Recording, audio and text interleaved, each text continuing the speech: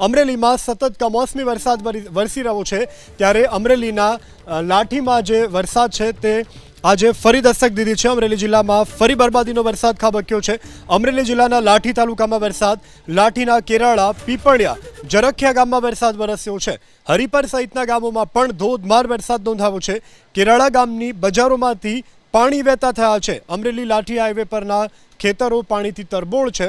અમરેલીના દ્રશ્યો છે। અમરેલીમાં છેલ્લા એક અઠવાડિયા કરતાં વધુ સમયથી કમોસમી વરસાદ સતત વરસી રહ્યો છે ત્યારે આજે લાઠીના કેરાળા, પીપળિયા અને જરખિયામાં વરસાદ વરસ્યો છે। હરિપર સહિતના ગામોમાં પણ ધોધમાર વરસાદ નોંધાયો છે। અનેક નદીઓમાં પૂર આવવાની પણ સ્થિતિનું નિર્માણ થયું છે તો અનેક ખેતરો જળમગ્ન જોવા મળી રહ્યા છે।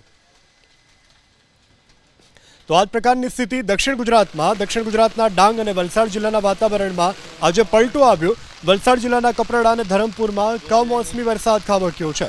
કપરાડાના બોર્ડર વિસ્તારના અંધારપાડા, વારણા, મોરખલ સહિતના ગામોમાં વરસાદને લઈ માર્ગો ઉપરથી પાણી વહેતા થયા છે। ધરમપુરના ખડકી, મધુરી, ઉલ્લાસપિંડી ગામોમાં પણ માવઠું પડ્યું છે। વરસાદને લઈ સ્થાનિક નદીઓમાં પાણીની આવક થઈ છે।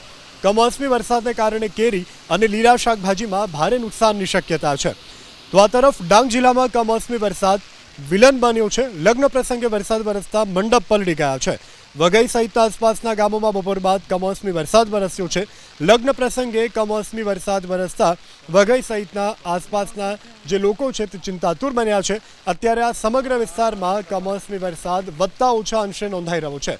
તો વલસાડના દ્રશ્યો છે, આપ આપની ટીવી સ્ક્રીન ઉપર જોઈ રહ્યા છો। બીજા દ્રશ્યો ડાંગના બતાવી રહ્યા છીએ। દક્ષિણ ગુજરાતના ડાંગ, વલસાડ સહિતના વિસ્તારોમાં જે માવઠું પડ્યું છે। ડાંગમાં એક લગ્ન પ્રસંગમાં વરસાદ વિલન બની ત્રાટક્યો છે તો બીજી તરફ વલસાડમાં પણ વિવિધ વિસ્તારોમાં વરસાદ